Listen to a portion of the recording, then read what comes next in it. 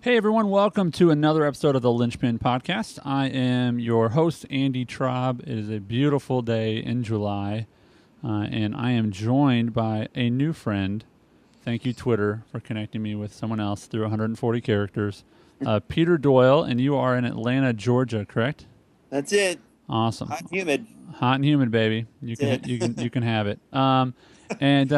We are connecting. I don't even remember how we originally connected. Maybe it was on Twitter, but Yeah, on um, Twitter. was it? Okay. Yeah. Thanks for 140 characters. Love it.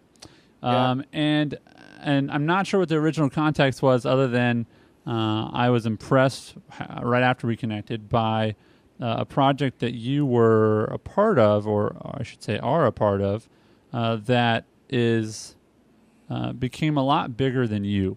And so, what we're going to talk about today, and I'm going to actually lead off the conversation with after the intro with a section from Linchpin. And again, I apologize, I never have page numbers because it's on my Kindle. But we're going to talk about training yourself to matter, doing work that matters. And so, let me, if it's all right, Peter, I'm going to go ahead and lead off by just reading a Yeah. section from the book. And this is, for those of you following along at home, around location 75 or so on your Kindle. But the subject title of this section is called "This Time It's Personal," so near the beginning of the book. So here we go. This is a personal manifesto, a plea from me to you. Right now, I'm not focused on the external, on the tactics organizations use to make great products or spread important ideas. This book is different. It's about a choice, and it's about your life. This choice doesn't require you to quit your job, though it challenges you to rethink how you do your job. The system we grew up with is a mess. It's falling apart at the seams, and a lot of people I care about are in pain because the things we thought would work don't. Every day I meet people who have so much to give, but have been bullied enough or frightened enough to hold it back. They have become victims, pawns in a senseless system that uses them up and undervalues them.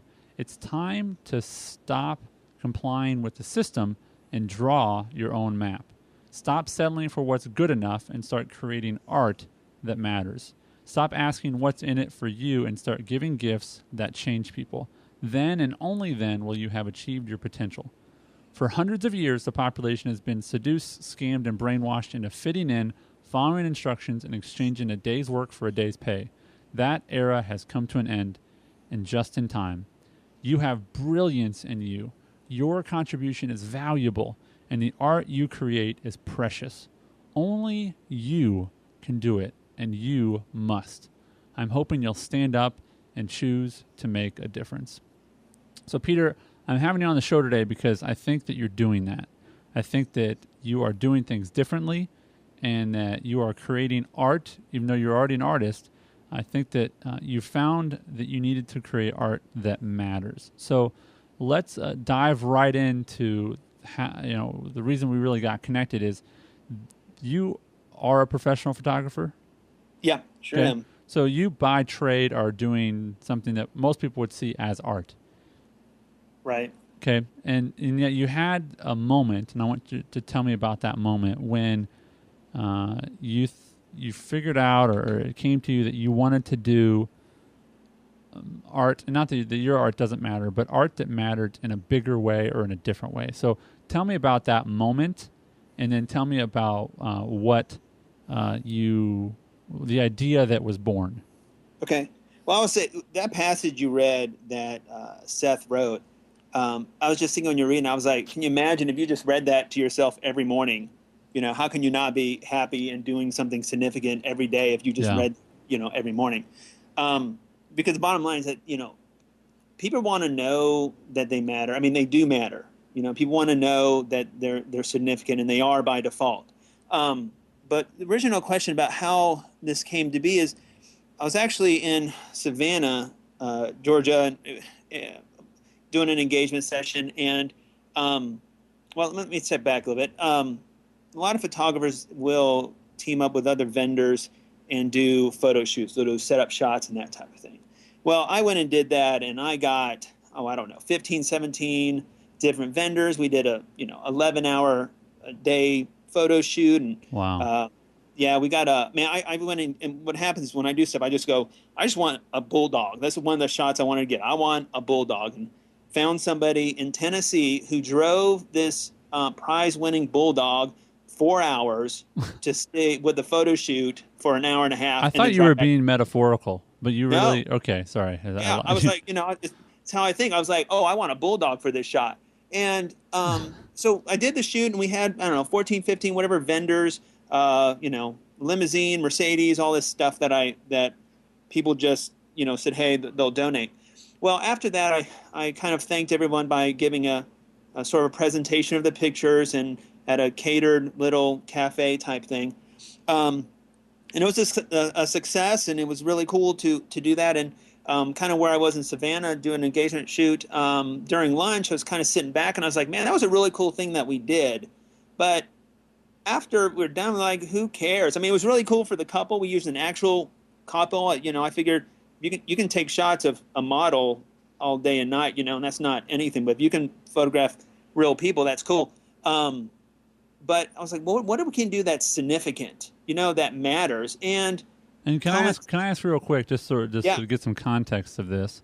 And I apologize for interrupting, but that's fine. The context for the shoot, was it for a magazine? Was it for? It was just to do it. I was like, I want to do something that most people, vendors, aren't able to do because of time restrictions or location at a regular wedding, because you're just limited with that type of stuff.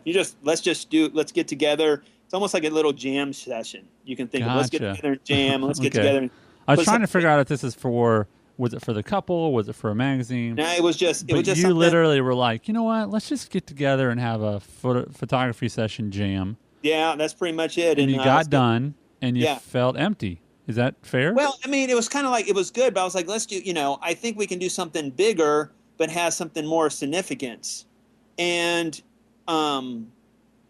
it's kind of like, what can we do? I mean, the Komen Foundation here for breast cancer is here out of Atlanta. And, just kind of personal note, my dad died from lung cancer. So I understand that the cancer aspect, what that does to families, and, you see your loved one sort of wither away, honestly. And so when, I was like, well, let's do something with breast cancer, but let's do something that hasn't been done before. And so when thinking that, I was like, okay, I'll go online and I will look up breast cancer photo shoot and see what other people have done and kind of try to find a different angle. That's kind of the normal research, right? Well, I get up there and there's nothing. Honestly, there's like, people kind of got together for, because I knew somebody, but there really wasn't a breast cancer photo shoot that really included breast cancer survivors or their moms had it, those types of things. And so I was like, we need to create a photo shoot that's large, that's significant, that actually has real breast cancer survivors, daughters of breast cancer survivors, those type of things. And so once that happened, I was like, all right, well, what do we need to do this? And when I was like, honestly, the first thing I thought was like, I need a Gulfstream jet. That's what I need for my shoot. Now, I didn't know anyone who had a Gulfstream jet. I need to interrupt. Yeah. Because most people don't think like that, Peter. you can go back and follow our tweets, around the start of July 2011 if people want to go find it. But, and Twitter does a good job of keeping track of the conversation now. But your tweet confused me. And maybe while we're here, I'll go look it up. But it was something about like Gulfstream jet, Hummer limo, and breast cancer. And I'm like, it's like lifestyles of the rich and famous. But you know what I mean? It was and it was something like and at first I thought someone gave you a jet. Obviously they loaned it to you. But use it for the day. Yeah, but it was even like what I think maybe I asked like, what did you do that was Linchpin-ish, and I got a Learjet, and I'm like, well, that's pretty sweet. I think that qualifies. Yeah, it didn't cost me anything. It was donated for the shoot. Yeah. So I'll look that up, but I guess I just want to stop, and I think it's always healthy to stop and acknowledge and go, that's not normal, right? People think like we should ask the parks department if we can use the park that day. Like that's the scale that I would think on, and you're like, we need to get a Learjet up in here. Yeah, that's it. Well, see, here's the thing, and it was think about doing a photo shoot, and even if we did a photo shoot, and honestly, my end goal was to create a book. And then it turned into, I was like, well, after 2 or 3 years, if you just have a book of photos, you don't have a context of who these women are. So then it was, okay, well, now I have to find a copy editor, which I did. It's a great girl named Rachel, to help write these stories so that 5, 6, 10 years from now, this book can be an asset to a family who's somebody, in the family's been diagnosed with breast cancer, or if someone has just been diagnosed with breast cancer, wouldn't it be awesome to have stories from breast cancer survivors or what family members were going through?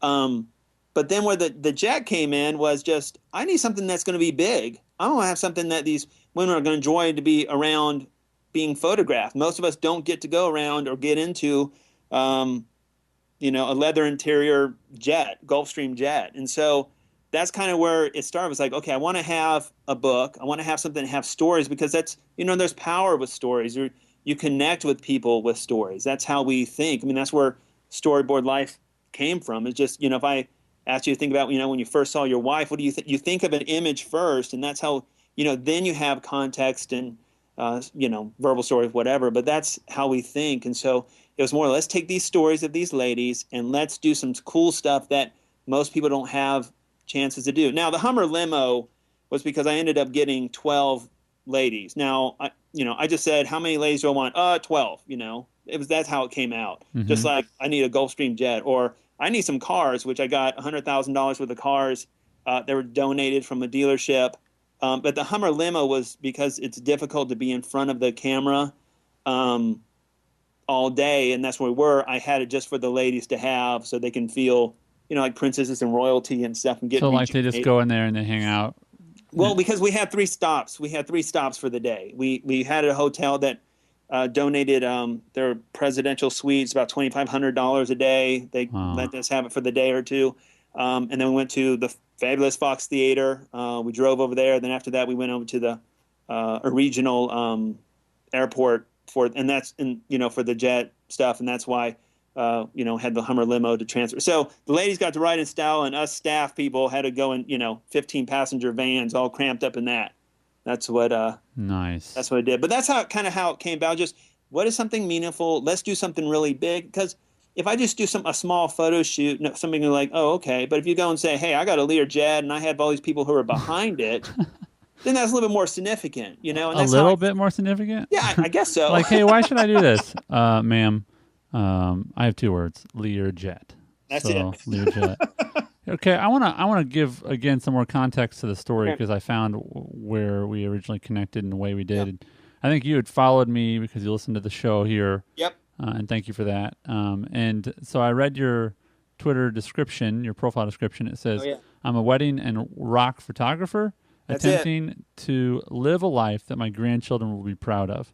Absolutely. And I thought, that's significant. I'm going to shoot out some love to Peter and say, hey, I bet your grandchildren will be proud.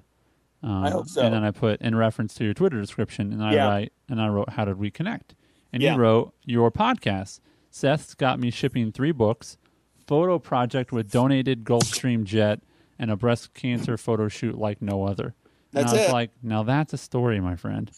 So anyway, sorry to rewind, but that's fine. You got to keep me on task here. Well, you got to keep me on task. We need mutual accountability. So, all right. So you dream this thing up. You start making phone calls. I mean, where do you even begin with a project like this? Okay, all right. So the way I had to do it was, you have to have sort of the end in mind. It kind of reminds me, when I read Linchpin after all this, I was like, this is exactly on par as, you have to have the end. What is it you want? And I was like, I want a big photo shoot, and I want this, this, this, this, and this, or whatever it may be. And I wrote those out, and then it was, okay, I can't do this on my own. I need to have a team of people who can help me do these things. Mm-hmm. And so then it became, all right, so I need a book, so I'm going to need to have a designer. This is a photo shoot, so I'm going to need a post-processor guy, because I'm not going to sit there, and I need somebody who knows what they're doing. So it started to go, who do I know, or who may know someone else? I mean, that's how I got the Gulfstream jet. I got the name of the person who could get me a Gulfstream jet in 30 minutes after thinking about the project. Nice. And you start building up a team. So I had my end in mind. I was like, okay, I need to do a photo shoot. It'll take me 2 months to do this together. I need I need airplane. I need to find some cars. I need to find all this other stuff. Right. I need to find these dresses. I mean, we were donated $70,000 worth of dresses were donated for the project. Wow. And yeah, and you know what? And the thing is just hitting the street and going, okay, I'm working on this project. Do you want to be part of it? This is what I need to, can you do this for me? And I mean, everything was donated. And so it was, okay, I need. So did anyone say to you, though, who are you? You know what I mean? I mean, did you get any I guess some people can just say no. Yeah. But did anyone go, well, you're not so-and-so. Why would I give it to you? Actually, to be honest, me. Every time I woke up. Because it was I had to get this stuff done, and I mean, I wanted to go, honestly, I wanted to get a Maserati or two. So I'd go to the local dealership, and, honestly, the guy I'm wouldn't. totally tweeting that after the show. I wanted to get a Maserati or two. Yeah. Never heard that sentence in my life. Okay. So you woke up and you realized you need a couple Maseratis. Go ahead. Yeah. And so the thing is, you would go there and they would ignore you and who are, and kind of who are you? But then it was, I just, need to keep doing this and, making a little progression here and a little progression here in small steps. And once I got that jet, it was more like, if someone's trusting me with a multi-million-dollar jet, why can't you trust me with a $100,000 car? Right. And that was kind of the key is you try to find who are the key people that I need to be part of this project so that other people will come on. You need to have some strategies behind it. And what ended up happening, I mean, I hope I can say this. I was like, I need some makeup artists. And then all of a sudden it was like, oh, I know some makeup artists at CNN. Oh, okay. And next thing you know, because they're out of Atlanta, right? Yeah. So most of my makeup artists were from CNN. I mean, how much would that cost to have those kind of professional people come and spend all day? Because what I did was I had a makeup artist and hairstylist per, model that was there. So they can feel like they have their own stylist. I mean, what woman doesn't want to have that? It's a long day. They need to have, a cool feeling of, sure. being well, cool. You want to do a good job. You want to make, yeah. You want to make the pictures look good. So. Yeah. So that was, and then it was, I need a documentary person. So I found somebody, word of mouth. And then, like I said, Rachel, the writer, who would sit down with each of the ladies during the day and hear their story and put it out and that type of thing. So I mean, I questioned myself, but it was sort of like once you get a few people in there, it's like, okay, it's not, it's reasonable. People are digging this. We can do this. I mean, when I got my cars, I just walked into a dealership and I said, hey, this is what I'm doing. Here's my business card. He looked at my business card and he goes, how many do you want? Okay. Well, what can I have? He goes, well, just let me know. All right. And that's how those cars came about. It was 2 Challengers charged out, and they're really cool. I got to ride on the tarmac. It was pretty neat. Yeah. But I mean, you have to have people because he was like, they're brand new, and you need to have them towed. So I was like, oh my gosh, now I got to find a guy who's willing to tow these. Oh, because you couldn't drive them anywhere, right? Yeah, they're brand new. So I mean, you can drive them, just kind of position, but you had, we were going 40 minutes out from the dealership, and it was one of those things. I'll just pull in there and do that. So. But you gotta have the end in mind and be real. Now I don't say realistic because I mean how realistic was I? But you gotta say, okay, this is what I need, and going back to the shipping, this is the date we're gonna do the photo shoot. This is what's gonna happen, and you have to have that because people are like, well, when is it? I can't go. Well, I'll let you know. Right. People have to take some time off, and plus we started. I said you have to be, in order to pull this off, we need to be at the hotel in this. Everybody, 40 people, even a presidential suite's pretty small, 40 people, at 6 a.m. Everybody has to be here. Right. And what do you know? Everybody was there. I mean, I went to sleep at 4. Did you have a moment, and we'll get to this in a little bit more, but did you have a moment where you're in the presidential suite? Did you have the peace of mind or presence of mind to step back and go, oh my gosh, all these people are here? For me, for this? This is cool. It was awesome. Then it was more like, oh my gosh, they were looking to me for everything. Because all right, Peter, what do you want us to do? Where do you want us to do the first photo shoot and stuff? And it was like, oh my gosh, I'm really, once you get in the middle of it, and you're like, oh, okay, well then we just need to do it. But what was awesome is it was just that everyone who was part of it, my team and the models and everybody, they were just glad to be part of it. Yeah. They were honored to be part of it. It was more than just them. They were just glad. So, and it was more than you, Peter. Yeah. I mean, no offense. Well, no, I mean, that But was the only reason they're there. no offense, but people probably aren't going to donate like, oh, it's for Peter. Oh, then I'll give you 3 Maseratis. Yeah, right. Instead of 2. And that was the kind of the cool thing is just we had, and that was the biggest thing is the stories behind it. When I say I want stories of breast cancer survivors so that other people behind you in the same situation. I mean, you had one daughter who felt selfish about, should she quit college and stay home with the mom. Those are real stories that everybody, and most women or in that position, or daughters or sons, whatever, may feel guilty and like, am I the only one, am I wrong and evil for thinking about not giving up school and those types of things. So those are the stories that compel people. Those stories connect with people, and that's what everyone was there for. And I was like, man, this is a really cool thing. And it was bigger than what it was, because I was like, oh my gosh, I need to make sure that everything that I am doing looks good, and that I am coming out, the result being more than what I sort of promised them that I wanted this to be. And so that was it. And then after that, to thank everyone, we had a little ballroom that was donated, and we had a little soiree showing the pictures and having some keynote speakers and that thing there, for the night. And so it was, that's how kind of, as I just sort of to thank everybody, because it's such a big thing, and then to show the book and start selling the book, that type of thing. Right. So where are you at in relation to the project? It's done. It's packaged. It's in a book form. I can go buy it on Amazon. Where are we at? Like where? Okay. As far as that, you go to projectstoryboard.com. It's on the right-hand side. All right. Let's repeat that. Projectstoryboard.com. That's right. And you can see it in the show notes on your iPhone, whatever your device you're listening on, or on iTunes, or if you go to takepermission.com/linchpin, I believe, takepermission.com, or just look for the Linchpin podcast, and you'll find all our notes and links there from our conversation.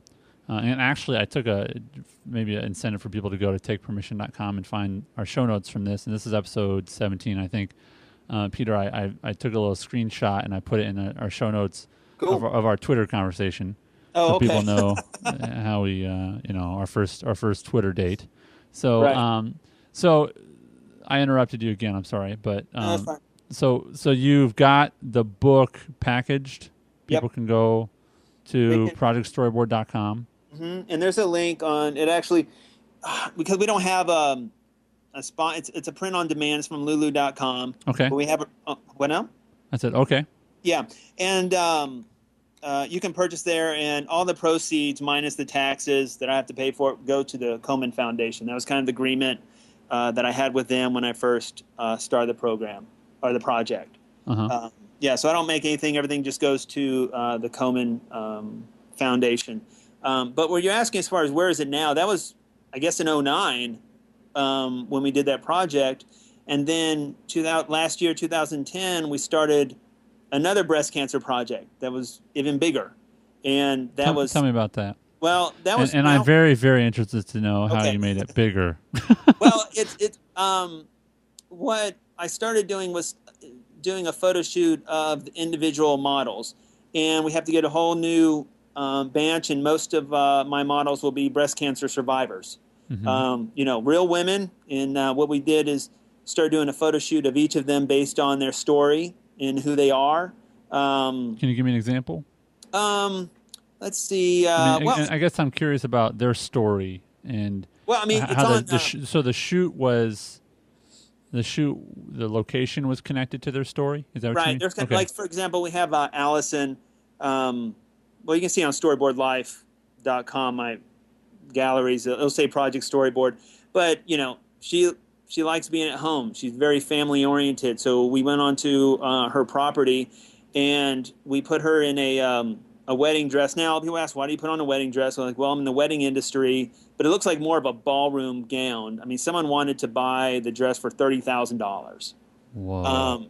So what we did is we put her in there and pretty much made it made a surreal, sort of like a fairy tale. And like our hero image is she's sitting on this couch outside, and behind her is a pond or a lake. And then we got a quartet, a string quartet to, behind her playing the string quartet, What woman wouldn't want to be in that kind of situation, you know? So it's those types of things And we actually found, it's hard to find, an actual male breast cancer survivor. You don't find a lot of them, just because honestly, what happens is men don't go to the hospital, unless they're dying. And what happens is they usually wait too long, and they said, well, sir, you have cancer all over your body. You're going to die now. I guess is the wrong way to put it. But then that's typically why you don't see a lot of men breast cancer survivors, because they just typically wait to the last minute. And then there's no chemo radiation to do. There's none, you're gone too long and waited. But we have one breast cancer survivor, and I think we're going to have another one. Is that Eric? Yeah, Eric Dunlap. Yeah. He's a great guy. He's awesome guy. He's a fun guy to be with, and he looks like fun. Like I'm looking at his picture, and like the guy just looks like he's got. Is that a Maserati? No, it's actually a Viper. Oh, Viper. That's how little I know about. Oh, yeah. I see the Dodge right there. Yeah, well, it looks really small in the pictures and stuff, kind of the nose, but yeah, I mean that was donated too. They just dropped the Viper off, and we got the suit. The suit is custom made.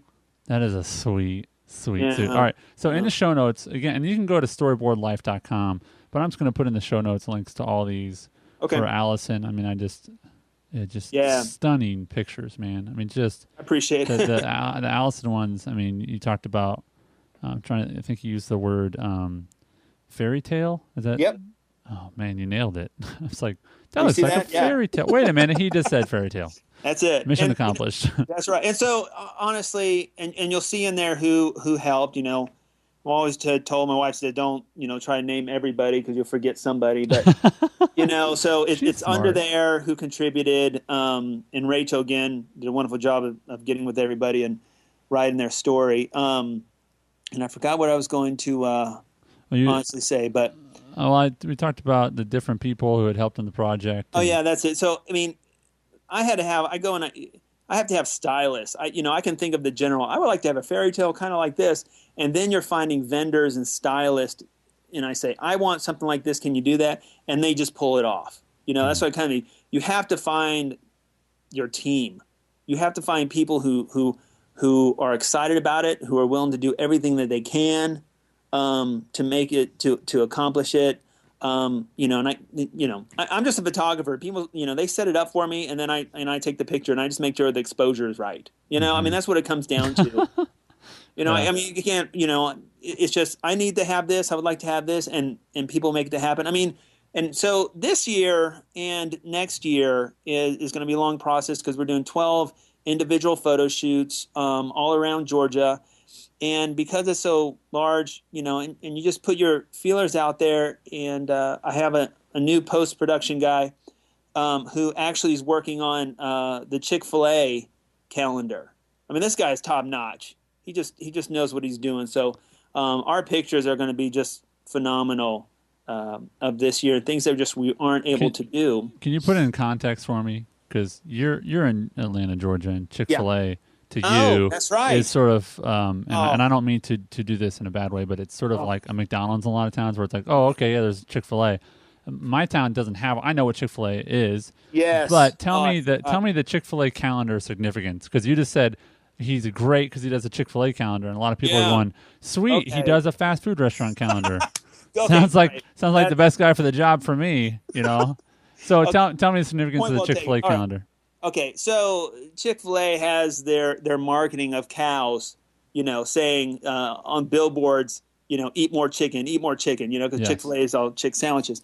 And so they have these cool pictures of cows, I don't know, riding bicycles and doing all this stuff that cows don't do. And it's just funny, trying to convince people just eat chicken, don't eat the cow anymore, that type of thing. Right. And so they will put, I'm just trying to think of, they'll put cows in just different, I got a link in the show notes. It's pretty funny. Okay, yeah. They've got like Dancing with the Stars kind of looking stuff. Yeah, absolutely. Like a modeling session. It's weird. It's weird. Exactly. So you have a guy who's, putting real and fake stuff together and just making it look really awesome. So that's who we've been talking to. His name is Scott. That I was looking at this thing. It's freaking hilarious. Yeah, isn't it? So I don't know. I don't think he did last year, but this coming up, I guess next year or whatever.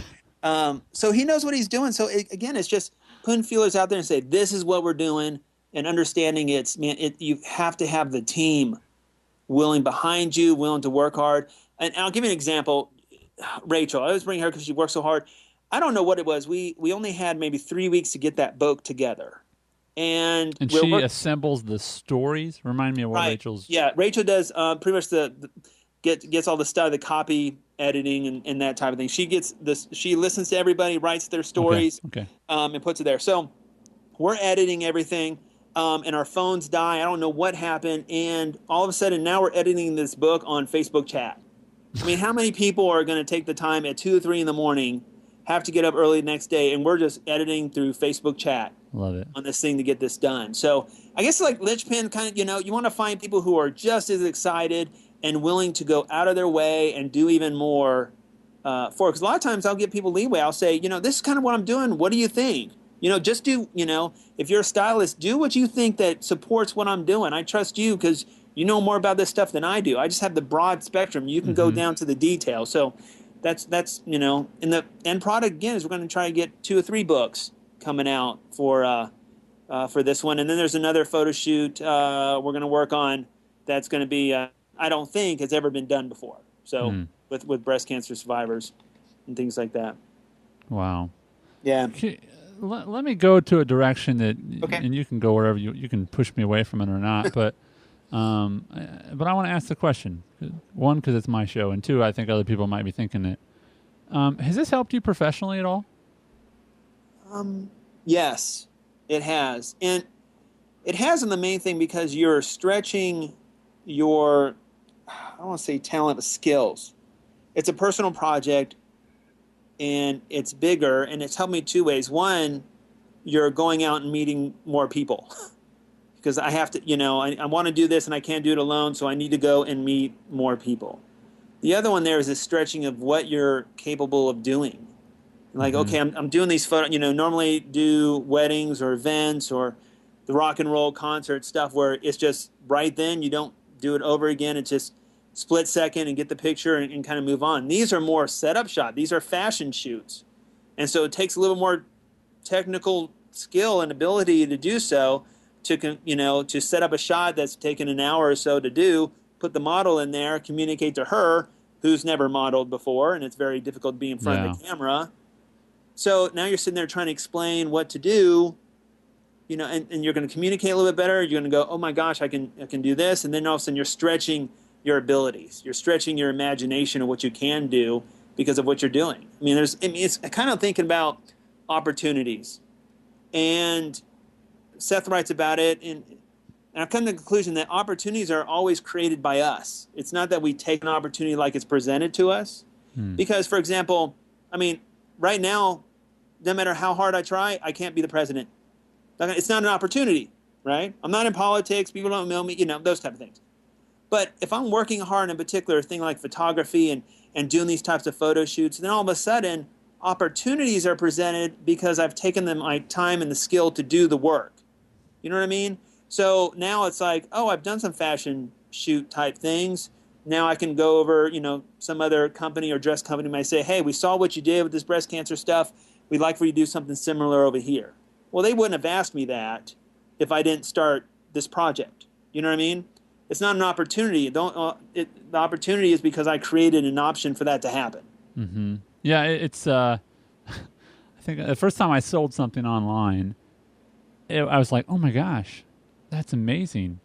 And the funny thing is, it's amazing how much you don't sell when you don't have anything for sale. Right. It's amazing how much you do sell.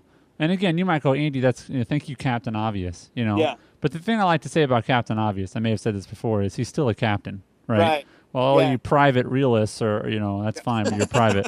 I'm Captain Obvious, and I think Seth Godin is Colonel Obvious or something because General. he general. I'm sorry, that's how ignorant I am of military, but I don't know. He's the guy in charge. He's right. But it's stating the obvious. But it when you state the obvious and you go out there and you make those things happen, it's like, wow, you have a great tan. How'd that happen? I was in the sun. Right. How do you get that? You make yourself available. You know what I mean? Yeah. And that's the beautiful thing about the process, frankly, is that, and that's why I asked you about professional opportunities, and I want you to talk about more if you'd like. But you do create I'm a firm believer, just as a Christian, that there are things that happen outside of my control, but I also think that I have free will to put myself in situations that are better than others. And so I do think that there is, I think you can remain humble, but also create opportunities for yourself. And I think that's what you have done, and that's why I asked about it, is a linchpin is not someone who it's all about me. A linchpin is that you're indispensable because you help so many people. And I think that's a great perspective of what you did. And that's why I'm having you on the show, because it's a very linchpin kind of thing to do, to make this thing that's really all about everyone else. And at the end of the day, you, Peter, have benefited from it. And if people will understand, if you really want something for yourself, find as many people as you can to help and to bless and to encourage. And what do you know? It'll come back. Because I'm buying every book Seth Godin ever writes because he's helped me so much. Mm-hmm. Right? There's this reciprocity that happens when you help enough people. So going back into the business part of things, I mean, can you point to, and I know this was not your intention, but I'm going to ask you anyway. Can you point to and say, I got a client because of this? You know what I mean? Because of the opportunities or of being a part of the project? Or is it just that your skills got better, or what was that? What's the more tangible benefit, I guess, or result? More people. I mean, there's a number of people who say, "Hey, I saw your stuff. Mm-hmm. I really like it." And then so maybe one of those things, they saw it and then kind of pushed them over to me. There's been a whole lot more photographers, some upcoming ones, who've contacted me. What are you doing over here? Which I really enjoyed that, because when I first started, I didn't have anybody who helped me out. I mean, there were very few. I'll put it that way, very few in different states over in the West Coast. I said, hey, I'm a brand new photographer, just interested in what you're doing. Tell me a little bit more about the business side and that type of thing. And I didn't get a lot of help. But doing these types of projects starts bringing in, upcoming photographers, people interested in the industry and those type of things. And I think that has been the biggest benefit. I mean, I'm sure there's been some, some people who are interested in what I'm doing, and then all of a sudden they see that, hey, he's doing something for breast cancer, and that pushes them over to choose me as their photographer, because I'm giving back into the community and that type of thing. But the biggest thing I enjoy is just the upcoming photographers who, hey, I was interested in what you did there and those type of things, and I just, here you go, here's the information that hopefully this can help you out, because I didn't have anybody to help me out when I first started. But kind of what you're talking about the business side of things is these pictures that I got from the first breast cancer project. The company, I forgot what the company that gave us the dresses. Now my images from that shoot and some other shoots are now in that boutique wedding thing. I mean, how often does that happen? You can't even pay for that type of advertisement. And these dresses may go, $2,000, $3,000, $4,000. In fact, is that the Allison shoot? No, that was Heidi Elnora dress, and the other one is oh my gosh. No, the Allison shoot is the one with the $30,000 dress. Yeah, that's it. To be really frank, I most of the time when I watch, and I don't watch, I see a commercial for blah blah. Whenever I've seen them, right, for the wedding shows, and they say this is this much, I kind of go, that's stupid. That there is no way on the planet, unless you stuff the dress with $29,000, that I would pay $30,000. $29,000. But, and maybe it's the photography, maybe because this woman is beautiful, and but that looks like a $30,000 dress. Yeah, that one does. The other one I was talking about was Ann Barge. She's the one they gave us $70,000 for the dresses, and one of those dresses was $15,000. Is that the one in the stairwell? No, this was for the previous one. Oh, okay. Who's the lady she's in the stairwell? And Crystal. Crystal. And I'm talking about these, frankly, because I want people to go, I wonder what he's looking at. Because I want them to go, I'm serious. I mean, it's just, this is the one that, she's in a field, and that's right. Vinery. Sorry, Vinery. I just said Vinery, and it's going to be on the internet forever. Ever. I just said Vinery, and I'm going to continue to say Vinery to humble myself. That's right. but I think it's Winery and Vine. It combined them. Anyway, so yeah, these are stunning pictures. And on that one, I'm gonna get off topic. I think it's there's not off topic. It's our okay, show. all right. We're always Okay. on topic. On there, you'll see her in a clawfoot bathtub. Yes, and this is Crystal. Yeah, that's Crystal. Okay. Project Storyboard, and then Crystal. Yep. Yeah. Go ahead. Okay. And that was just like, okay, what woman wouldn't want to be in a clawfoot, tub under a tree in a field? So I went on search for a guy, and found a guy who repairs these tubs, and called him up, said, "Hey, this is what I'm doing. Can I borrow a tub?" And he was like, "Okay." So where is this? Where was the shoot at? Montaluce. It's in maybe Dahlonega, North Georgia. Oh, it's a great place. It's phenomenal. Wow. It should be in there on the credits where it is, under the story. Yeah, Montaluce Vineyard. Yeah, it's a phenomenal place over there. So the great thing about your work, and it's like a lot of people. My brother is an artist. He went to art school and does painting, and he's a very creative person. And this is just a testimony to how unique you are, and all of us. I do things that you could never do. Okay? Absolutely. I think of things you could never think of, but I'm looking at these pictures, and here's what I'm thinking: you give me 1,000,000 years, Peter, 1,000,000. I'm never going to get a picture that good. I'm just not. It's just not ever going to happen. And the thing is, instead of looking at this and going, oh, let me crap on myself and dump on myself because I'm never going to be a photographer, I look at it and go, thank God that there's great, amazing people like you that go out there and take initiative and take amazing pictures. And I'm happy that you've done it, you've captured them, so that I don't have to make bad pictures, and try to pass them off, because these are just absolutely stunning. They're so cool. And yes, I'm saying it again because I want people to go to storyboardlife.com and just look at these galleries. They're just, there aren't enough desktops in the world for these to be desktop screensavers. That was like the most techie non-art thing to say, but I just diminished your art to a desktop screensaver. So you're like, hello, is Peter there? He hung up on me. Seth would say, well, at least it's getting out there. So, that's what Seth would say. You're way too kind. After the show, you're going to be like, you jerk. Desktop. People pay thousands of dollars for my pictures, and you want to put them on your desktop with some cartoon, So. Yeah. Anyway, I want to jump over to another part of the book, and let me see if I can get here. And again, I apologize that I don't have the page. You probably don't know this, but I put the books that I've built my mindset around as the foundation or the stands of my computer screens. Okay. So for my iMac, I've got No More Mondays, Linchpin, Donald Miller's book, A Million Miles in 1,000 Years, Jason Fried, and David Heinemeier Hansen's rework. Anyway, so I can't actually get the book Linchpin out to look at it because it's there's an iMac sitting on top of it. So I have to go in here and find this section in the Kindle here. But it's location 139, and let me go here and read it. It's called Developing Indispensability.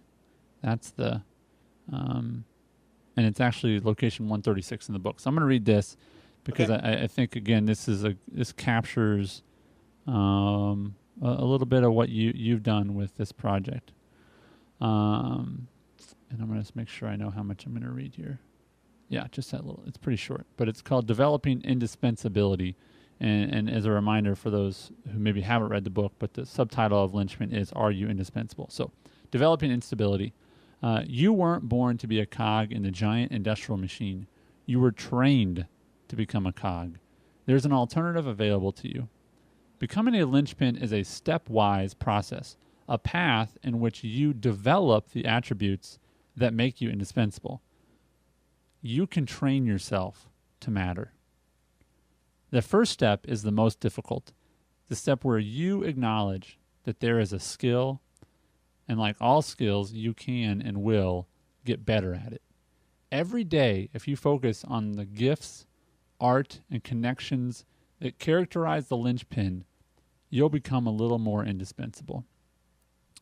I'm such a dork that I got goosebumps as I read that. But and for the record, Seth Godin is not perfect. I'm sure he makes lots of mistakes, but I still am a total fanboy. And I will say that based on that paragraph, what's so beautiful about that, and I believe it to be totally true, is that what you talked about, and I've got it here in the notes, is you talked about developing professionally. That's one of the byproducts of this is, how has it benefited you? And you went, I learned that I can manage a huge project like this. I learned that different, every shoot you have, I'm sure you're getting better at your craft. And that is, once you acknowledge that it is a skill, it is an art, that as it says, it's a skill, you'll become a little bit more indispensable. And I think that's, if I look at it from the outside, maybe that's what this project has done, is it's made Peter Doyle a little more or a lot more indispensable to the world of photography, and frankly the world of breast cancer survivors, which is a pretty amazing. I appreciate that. I mean, it certainly has, because you kind of start small, and I guess kind of going back to what you're saying, you're making yourself indispensable, and it's like writing books. And Seth talked. I don't know who the author is. Gets up every morning right at 6 to 12 and has 400 books by the time he dies. That he's written. Yeah. And I think it's one of those things that you're building a portfolio of sort of what you've done. And every time you're doing it, you're becoming stronger in your craft. Mm-hmm. And you're expanding your mind and your imagination of what can be done because of the foundation you've already built. I mean, I wouldn't have thought about, I can do 12, 13 different photo shoots. There's another, other photo shoots that have never been done before, and some things that, if it comes out, it will get nationally recognized and recognition. I wouldn't have been able to think that far if I just didn't do the first one. Mm-hmm. And I think there's a lot of time, people go like, well, why can't people pick me, and why can't, my stuff be in boutique galleries or whatever, like, well, because you're not doing anything, you're not getting out there and trying, and, and I remember, when I first got my camera, I just did dangerous stuff. I want to try to go over there and take a picture. And I'd walk over there and, across bridges that I shouldn't be, take the picture, come back. It was all in film at that time. And I come back and go, man, that was a horrible picture. But you're expanding kind of, let's see what's out there. Let's see what's going out there, and build a foundation, essentially build a tolerance, of what you can handle later on. Again, if I didn't do the first one, my tolerance of sitting out there in the heat and doing these photographs and finding models who are willing to do this and keep them upbeat, because we're on hour 6 in the humidity, like in the vineyard. But Crystal was off. I mean, the vineyard is just really hot and humid. But again, you get a team, you have people, and get these models, the right ones who believe in the project and what they're doing, and they want to tell their story. And people just stay out there forever. It's just building a tolerance, building portfolio, so you can build out later to expand your imagination. And when you expand your imagination, your opportunities are pretty much limitless, and you're going to be indispensable because you're doing things that most people aren't doing. Yeah, and you're. There is this sense of, and I have this mental picture of someone who's sitting on their hands, and they're asking the question, why don't I have anything? And I want to say, if I gave you something right now, you're sitting on your hands, right? Mother Teresa once said, God can't give to people whose hands are already full, and that is that we have other stuff that's it's in the way from getting things from him. But I think that it goes along the same, whether you're sitting on your hands and doing nothing and expecting something, or your hands are full of other junk, meaning you're doing busy work instead of doing work that matters. Right. There is this sense of opportunity. It's like, hey, I just kind of ran into you. How did you run into them? How did you stumble upon this happenstance, this luck? It's activity, and it's not meaningless activity. There's failure involved. There's bad pictures involved. But you build a tolerance, as you said, for what you can handle later on. I think you build a tolerance for failure. You build a tolerance for trying new things, but that happens just like you build muscle by you tear it and then it rebuilds stronger. Sometimes you got to just screw up and not do a good job and have a bad day in order to learn from that. And I think that linchpins are not afraid to say, let's try that, instead of I must succeed at all costs. Right. You know, failure is an option as long as it's not fatal failure. You know. Right. And I think there's a guy. He's actually works for Aflac, and Aflac, insurance. They essentially door-to-door businesses and that type of thing. And one thing it says is are you willing to fail one more time? Yeah. Are you willing to step out there, make your presentation, and if it doesn't work, you're willing to fail one more time? Because in sports, in every aspect, are you willing just to fail one more time? And I think that's kind of the main thing that people have to remember is, when I created the project and I have this book now and I go, look what I did. It's like there's plenty of days I got up and, I didn't get much sleep. It was all Red Bull. And it was just like, man, I didn't get anybody today. Nobody said yes. And it's like, all right, tomorrow we have to find somebody. Here's my list of everybody, my team that I need to have. This is what we're willing to do. And I think if you just say, here's the project that I want to do. And then you just go and say, and the shipping is important. This is the day it needs to be done. And you just go and say, this is what's going to happen, and I'm just going to do it. And then you learn from that. If it fails, if it doesn't work, you just learn from that and then do it, another project and then another and then another. And next thing you know, long story short for me, I did a small personal project. Next thing you know, I'm on with Third Day. I don't know if you know who they are. Third Day?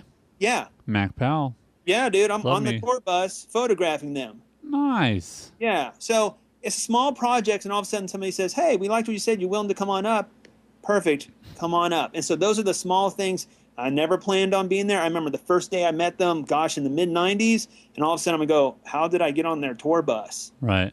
And really great guys, and photographed them and kind of went on a week or whatever. But the point is, you got to start those projects and keep consistent in doing what you want in addition to stuff that you have to do, because you never know where it's going to lead. It's that one person that says, hey, why don't you come on over here? And all of a sudden people are like, oh, you were a rock star overnight. When in really, like in music and everything else, you've been scrubbing away for 10 or 15 years. Yeah. So I'm going to look up this title real quick for this book because it's totally about overnight success and the lack thereof. Overnight success. 1 second. This is how professional I am. I'm like, let me Google that. Okay, so Chris Guillebeau has got Guillebeau. So it's he has an ebook called 279 Days to Overnight Success. Right. And I'll link to that in the show notes as well. But I love that book title. It's a great. It's been downloaded hundreds of thousands of times. But that is how it happens. Now yes, and people might laugh, but this is the one that comes to mind. Justin Bieber. Do you know where he got found? Was he on YouTube or something? YouTube. Okay. YouTube. Canadian kid rocking out doing some Timberlake songs and just ripping them up. I mean, just amazing. I mean, you can hate the kid, but you good luck out talenting that kid because he's unbelievably talented. Okay. So I'm not going to rip on him for that by any means. I'm just glad that my daughter's only 2 and isn't listening to his stuff all the time. But anyway, it's an incredibly talented kid. But what did he do? Well, he had to practice guitar. He didn't always sound like that. And Scott happened to give him an amazing voice, but I'm guessing he worked on his voice. Right. I'm sure his mom made some sacrifices. I think he's got a single mom. And you know what else he did, Peter, is he took some videos and he put them on YouTube. And that's kind of gutsy to put your stuff out there, because there's a lot of haters, a lot out there in this world. And you put yourself on YouTube, you really can't do much to keep from that. And I think a lot of people are just afraid of that. They're afraid of the haters. They're afraid of not being as good as the next guy. Right. But the bottom line is, Peter, there's better photographers than you. Yep. But it doesn't matter because they don't have, if I have your card and I don't have their card, guess what I'm calling you? Right. If I hear this podcast and I want an insanely talented, good-hearted, good at, just, good at their craft, but also good at pulling people together, and I'm in, America, I should probably go find you and get to your website and we can talk. And can you handle a huge shoot? Yeah, you can actually. You know what I mean? Yeah. And I know that photographers, the great thing about them is it's not like a NASCAR driver. You got to bring a car with you. You pack up your bags and throw your camera in and you can you can go to California tomorrow and shoot somebody's stuff. And I hope that happens, honestly, from the thousands of people that listen to the show. I hope that happens because that's what should happen. And I think that's what does happen to linchpins is they do the day-to-day work and they dream big and they fail often, I think, actually. And again, I don't encourage failure, but I think if you can fail and move on quickly, and by fail, I mean that one didn't go as maybe the way you planned. Right. But, I'm sure, and maybe give me this little insight here, because I do want to encourage people that failure is a part of the process. So maybe we can end on this, which is tell me part of what you did, part of the process of this whole, the different books you have now. Tell me a story about failure, something that just didn't work. My gosh. Well, I wrote a book called How to Find Your Perfect Wedding Photographer. And, people write small little blog posts. I was like, I'm going to write the guide to it. And I wrote it. I would stay up to 3 or 4 in the morning and I would just write. I'm not a great writer. And so it took me a really, really long time to get it. And I put it out there and I was, anybody in the wedding industry, hey, this is what I wrote, this is what I wrote, this is what I wrote, those type of things. And, some people, clicked on it and made a couple of suggestions, that type of thing. But for the most part, it never went anywhere. I mean, it's on my blog, under My Gifts or something, and you can download it, put your email address so I can find out, it's the only way I can know how many times it's been downloaded. But I'm giving away free. But, I thought, honestly, I was like, this is going to be big and, people are going to buy it and it's going to be $1 million, not $1 million, but, a lot. But it just didn't happen. But the thing is, it got me a foundation of I have something that I can give to somebody who's like, I don't know if I should have you as my photographer, because finding a wedding photographer is like dating. I mean, not everybody's for everybody, because of style, whatever. But, it didn't come out like I wanted it to be, how I wanted it to come out. Same thing, kind of like the previous breast cancer one. I thought it was going to be big, and honestly, I thought, going to be so many people behind it after the fact that my career was just going to blow, out of proportion. But that didn't happen. And the first CD cover I ever got when I first started out, I was like, I'm going to be able to quit my job. And, and you can buy the CD at Best Buy right now, and nothing. I mean, it's good that I have it, but it wasn't was something I thought I was going to be really big. And it was just like, it's another day, another fight. It was cool, great opportunity, because how many people can say they have done that? And you just got to, sort of move on from there and start building that portfolio and doing things that's going to be significant, at least to you. And that's going to be important to you because, you try to shoot for the stars and you're not passionate behind it. You're just going to burn out and the project's not going to be very good and people aren't going to trust you because you try to reel them in and, hey, this thing's going to be really big. And that time, and it fizzles out. They're going to be like, well, your reputation is going to be at fault, and so you got to be careful about that. But I guess the main thing, not to ramble, just is that book that I did, and I just did it because I wanted to do it. And I think most of us have to go, this is just what I want to do. And if it makes it big, and I try to get everybody to know about it, but if it makes it big, that's really cool. But you want to be able to do a project that you can stand behind and willing to do, the emotional effort and the work to get it done and offer it out there. Because you just never know what'll happen. It's that one person that'll pick it up. Jennifer Aniston, she gets married or whatever. Hey, I love this book. Next thing you know, it did work 5-10 years ago or whatever it is, So. Well, and again, you have to have it out there for people to find it. It's like I said before, it's amazing how much you can sell when people have it, when it's for sale, Right. And how hard it is to sell things that don't exist. And I like to tell people, as I talked about, starting their business or, starting a podcast is, it's really, you can't get people to listen to your stuff until you have it to listen to. And it's a lot of people really take the attitude of, I'm going to wait to stock my shelves until I have customers. Right. And it's like, well, then how are they supposed to tell their friends what you have? And, there's always risk involved in putting it out there. But again, I think that you're a great example of taking some risks and in the process blessing a lot of people. And obviously you ended up helping yourself in other ways. But you created art that continues to go on and affect people. And whether you never sell another one in your life, you can also know that you abundantly blessed a lot of people that they were able to be a part of that project. I mean, I don't know how gratifying it is to sell Maseratis. I'm not judging and saying it's not, but I'm guessing that the day that you took a couple Maseratis off that guy's hands for a couple hours was a good day for him or her. You know, well, you know what I mean? That you, when you do things that matter and you include other people in it, that it really, you can help a tremendous amount of people.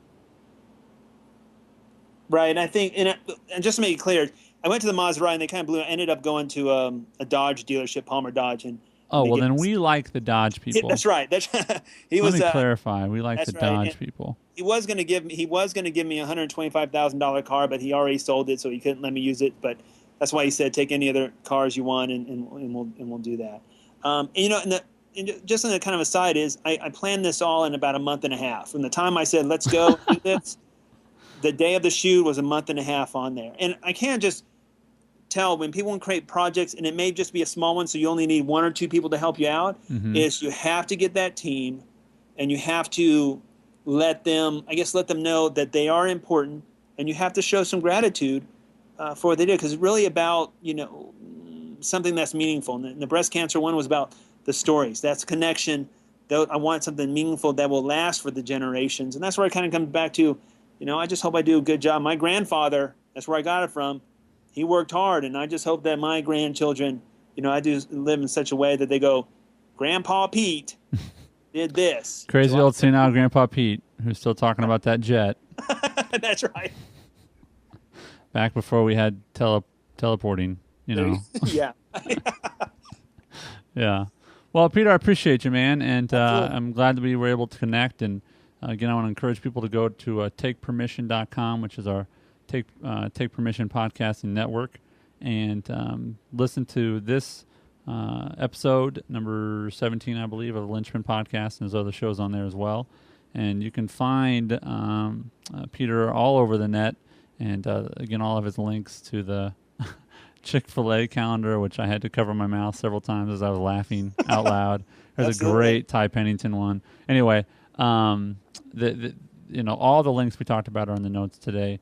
And again, the point of this show is to encourage people and to let them know that ordinary schmucks like you and me can do things that matter. And it might be making a podcast. It might be putting together a huge photo shoot in 45 days. But we can all create something that lasts forever.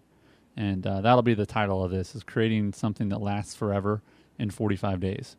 And so that's our title, and that's our time. So, Peter, thanks for being on. And I appreciate it. Keep up the good work, and I'm excited to see what else gets laid on your heart that you can do big things. And hey, I think you have a family soon. Yes, we just have a brand newborn. I think he's 2 weeks. Oh, that's right, newborn. Yeah, 2 weeks and 2 days old. Well, congratulations, and where I was going with that is you could help feed that newborn. Oh, thank you. By hiring Peter. Yeah, I travel the nation and internationally. So feed the child. Don't feed the children. Feed the child. So, hey, thanks a lot, man, and it's been an honor having you on. Okay. Thank you.